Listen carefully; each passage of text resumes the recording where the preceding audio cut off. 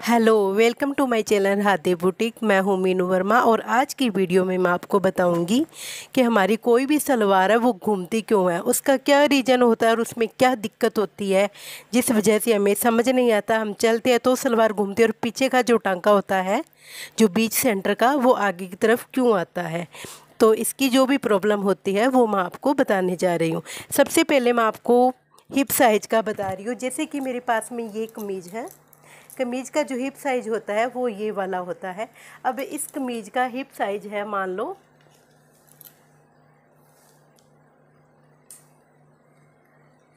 17 inch.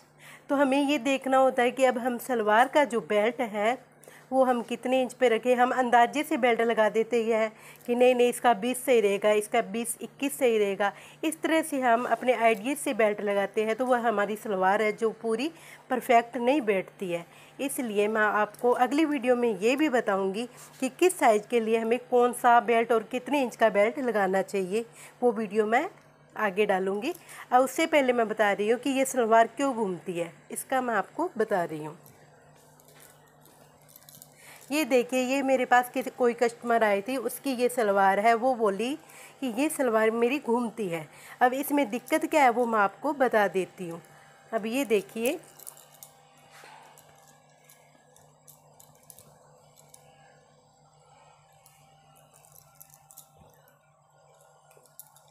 अब मैं ये सलवार बता रही हूँ आपको इसमें क्या प्रॉब्लम है।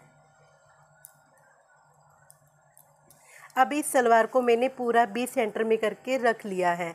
सबसे बड़ी प्रॉब्लम है इसके अंदर ये बेल्ट डाला हुआ है, ये बेल्ट इसका बड़ा है। इसलिए हमें हमेशा बेल्ट 4 या 4.5 इंच का ही रखना चाहिए, क्योंकि ज़्यादा हेल्थ में होती है जिसका हिप साइज 25 से ऊपर होता है, उसका तो हमें 4.5 इंच ही बेल्ट तैयार रखना चाहिए, जिससे इसकी फिटिंग अच्छी आती है और आगे से सलवार गिरती नहीं है और पूरी खड़ी खड़ी रहती है और पीछे से भी झोल नहीं मारती है और ये घूमती नहीं है। और दूसरी बात आती है यहाँ प्लेट्स की। इसमें जो प्लेट्स है इसका इस इधर वाली साइड में यहाँ पे 3 इंच छोड़ा हुआ है और ये देखिए इधर वाली साइड में यहाँ पे 1.5 इंच का ही यहाँ पे कपड़ा छोड़ा हुआ है। तो इसकी जो प्लेट्स है ये सही नहीं डाली हुई है, जिसकी वजह से ये सलवार घूम रही है। और तीसरा इसमें क्या है कि इसका जो बाले का सेंटर होता है उसको हमें एक तरफ से उठाकर यहाँ पर लेना होता है, वो भी यहाँ पे सही से नहीं दिया हुआ है, तो इस वजह से भी सलवार घूमती है। अब मैं आपको इसका पीछे का एरिया दिखाती हूँ। अब ये देखिए, इस सलवार का पीछे का है जो पोर्शन कुछ इस तरह से दिख रहा है। अब आती है सलवार के आसन की बात। तो यहाँ पे इसका आसन है सलवार का, ये देखिए।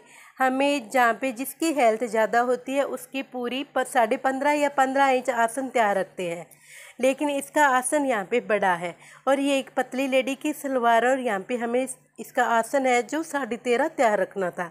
इसमें इतनी सारी गलतियाँ हैं, इसकी वजह से ये सलवार घूम रही है। ये सलवार तो थी जिसमें काफ़ी सारी गलतियाँ हैं और जिसकी वजह से ये इसके पहुँचे ये घूम रही है। ये देखिए, यहाँ पर भी कोई फिनिशिंग से टांका नहीं लगा हुआ है इस तरह से, तो ये सलवार बिल्कुल सही नहीं है और इसकी वजह से इस सलवार में इतनी सारी गलतियां हैं और ये सलवार सेट नहीं आ रही है और फिटिंग भी नहीं आ रही है इस सलवार की।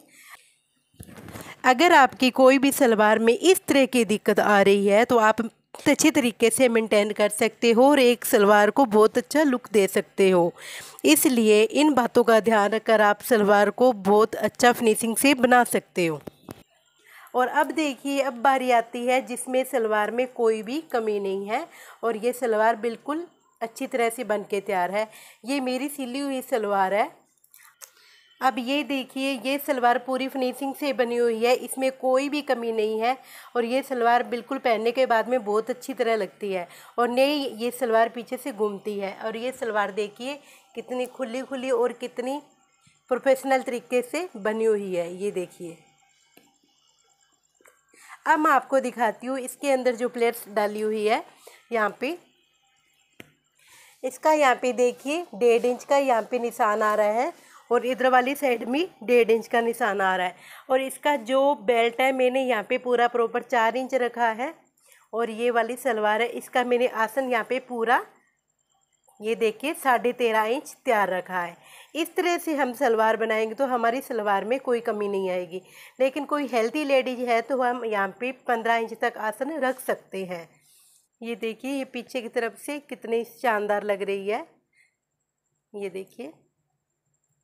और कहीं पर भी झोल नहीं आ रहा है। जैसे मैंने पहले आपको सलवार दिखाई थी, उसका यहाँ पर कोई फिनिशिंग से टांका नहीं लगा हुआ था और न ही पहुँचों में कोई फिनिशिंग थी। अब ये देखिए मैं आपको क्लोज करके दिखा रही हूँ, इसके कहीं पर भी कोई झोल नहीं आ रहा सलवार के अंदर, ये देखिए। तो दोस्तों आपको अब पता चल गया होगा कि हमारी सलवार में किन किन वजह से हमारी सलवार घूमती है और पहुंचा घूमता है और हमें सलवार में प्रॉब्लम आती है। आप इन चीज़ों का ध्यान रखकर अपने सलवार को बहुत अच्छा लुक दे सकते हो और फिनिशिंग से सलवार बना सकते हो। तो दोस्तों आपको मेरी वीडियो कैसी लगी? अच्छी लगी तो लाइक ज़रूर कीजिए और मेरे चैनल पर नए हो तो मेरे चैनल को सब्सक्राइब ज़रूर करें ताकि हर आने वाली वीडियो का नोटिफिकेशन आपको सबसे पहले मिले। Thank you.